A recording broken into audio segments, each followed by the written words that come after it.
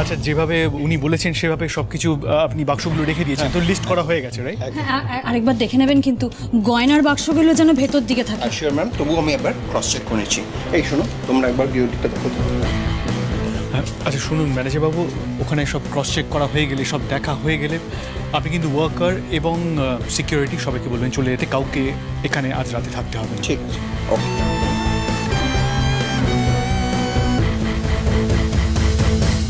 ও বনি, বলছি তোকে কিন্তু বাইরে থেকে সবটা নজর রাখতে হবে, ঠিক আছে? আর পুলিশকে খবর দিয়ে রাখিস কিন্তু।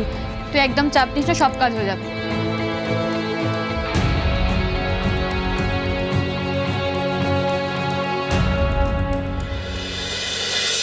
এই গয়নাগুলো দেখো তো হয় না, কোনোটা পছন্দ হয় কিনা?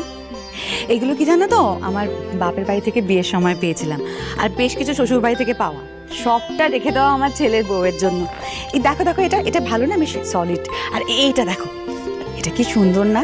তোমায় খুব ভালো মানাবে, দেখো।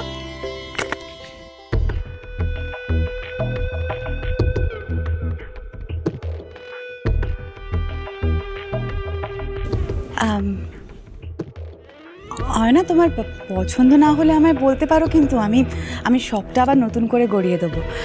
মানে তুমি মন খুলে বলো না আমাকে কোনটা ভাল লাগছে কোনটা ভাল লাগছে না। একটা সত্যি কথা বলবো আন্টি? হ্যাঁ বলো না, আমি তো তোমার অনেস্ট ওপিনিয়ন চাইছি মা, বলো। কিছু মাইন্ড করবেন না তো? একদম না, বলো তো। আসলে এই ধরনের গয়নাগুলো না, মানে খুব ওল্ড ফ্যাশন ডিজাইনগুলো, আমার এই ধরনের গয়না ঠিক ভালো লাগে না। আমার তো খুব মডার্ন, একদম পাতলা গয়নার উপর আমার খুব ভালো লাগে। ছোটবেলা থেকে তো বাবা তাই এইসব গয়না পরতেই দেয়নি। আসলে কি জানেন তো আন্টি, আমি দত্তবাড়ির মেয়ে তো, তাই সব সময় মডার্ন, এক্সক্লুসিভ, সব থেকে দামি ডায়মন্ডটাই আমি পরেছি। কোথায় বনি, যার কোনো চাহিদা ছিল না, আর কোথায় অয়না? কোনো চিন্তা নেই, তোমার বিয়ের আগে সবটা আমি একদম নতুন করে গড়িয়ে দেবো, যেমন তোমার পছন্দ, তুমি যেমন পড়তে অভ্যস্ত। খুশি? এক মিনিট আন্টি।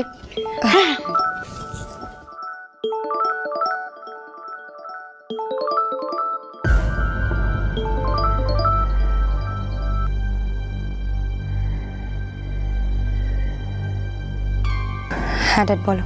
শোনো, তোমাকে একটা খুব ইম্পর্টেন্ট কাজ করতে হবে না। আমাকে? কি কাজ?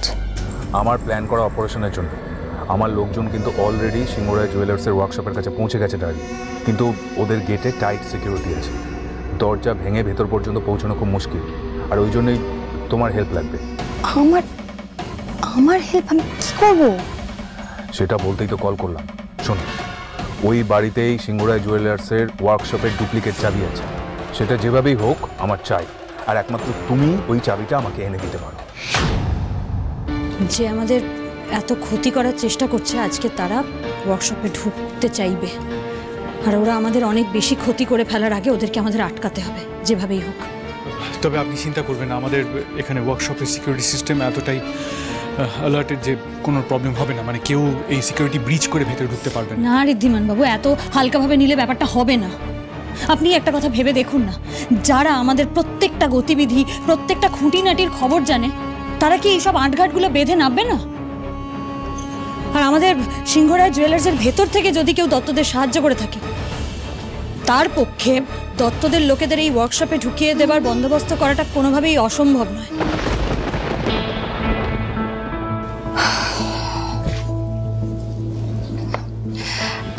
আন্টি, শোনো না অয়না, হ্যাঁ খুব ইম্পর্টেন্ট একটা কথা, সেটা হচ্ছে যে বিয়ের পর এই সমস্ত গয়নাগাটি, টাকা পয়সা সবকিছুর দায়িত্ব কিন্তু তোমাকেই নিতে হবে। হ্যাঁ দেখো, ঘড়ির বাড়ির বড় বউ ঠিকই, কিন্তু ওর না এসবে একদম কোনো ইন্টারেস্ট নেই, আর দুদিকে না আমি ঠিক ভরসা করতে পারি না, বুঝলে তো। আচ্ছা আমি একটা কথা বলি আন্টি, এখানে এত দামি দামি গয়না সব এখানে পড়ে আছে, বরং আমরা চলো না এগুলো গিয়ে একদম একদম একদম এটা ধরো তো, নদীটা নিয়ে আসি এদিকে।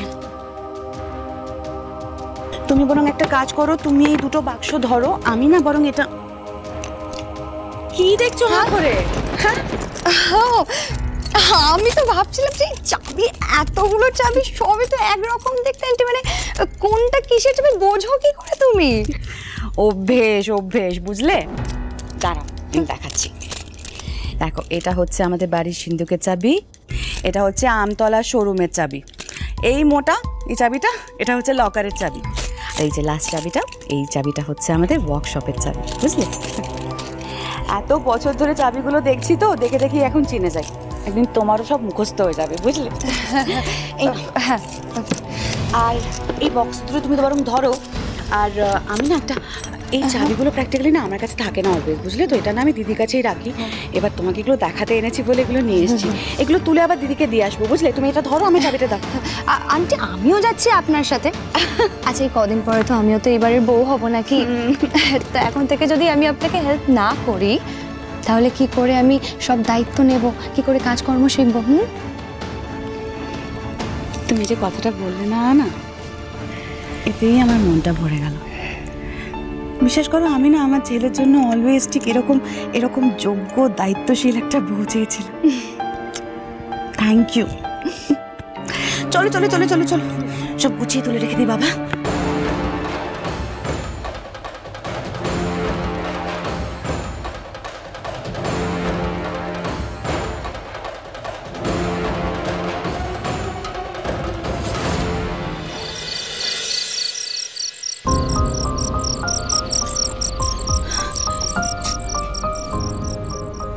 ঋদ্ধিমান বাবু, বলছি অনেক রাত হয়েছে তো, আপনি বাড়ি গিয়ে বিশ্রাম নিন, আমি এখানেই আছি। মানে আপনি এখানে আছেন মানে? আপনি তো নিজেই বললেন একটা গন্ডগোল হতে পারে। আমি আপনাকে ছেড়ে এখান থেকে, না না না, আমি আপনাকে ছেড়ে কোথাও যাচ্ছি না, আমি এখানেই থাকবো, ব্যাস। কেন এত চিন্তা করছেন? বনি বাইরে আছে, ওকে বলা আছে, ও কোনো গন্ডগোল দেখলে, কাউকে দেখলেই পুলিশে খবর দেবে। আপনি আমার কথাটা একটু বুঝুন, আমাকে এখানে থাকতে হবে, আমার কাজ। এই লড়াইটা আমরা দুজনে একসাথে লড়বো, আর এটাই ঠিক হয়েছিল। আমি আপনাকে ছেড়ে কোথাও যাবো না, এন্ড দ্যাটস ফাইন।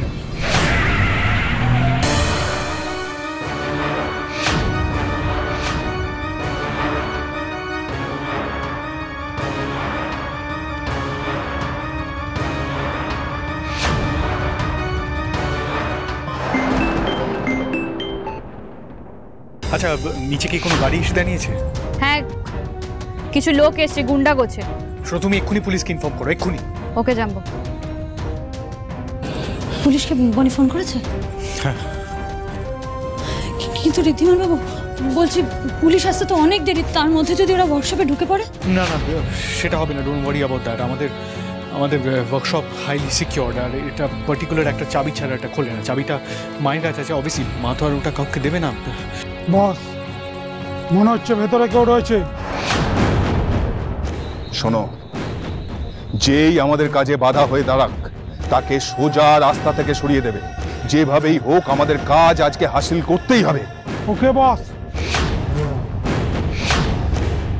তোরা ওই লকার রুমের দিকে যা, কেবিনটাকে আমি দেখছি। চল যা যা চল। ওরা তো ভেতরে চলে গেল, ওখানে তো জাম্বো আর মেসি একা আছে, তা একা সামলাবে কি করে? ওরা তো ঢুকে পড়েছে মনে হচ্ছে।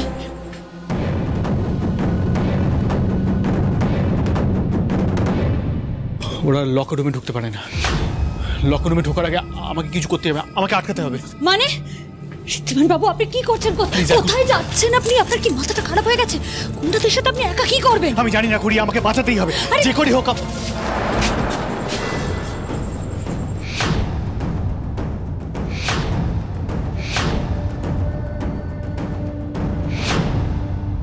একদম চালাকি নয়, চুপচাপ যেখানে দাঁড়িয়ে আছো সেখানেই দাঁড়িয়ে থাকো, একদম ফ্রিজ হয়ে যাও।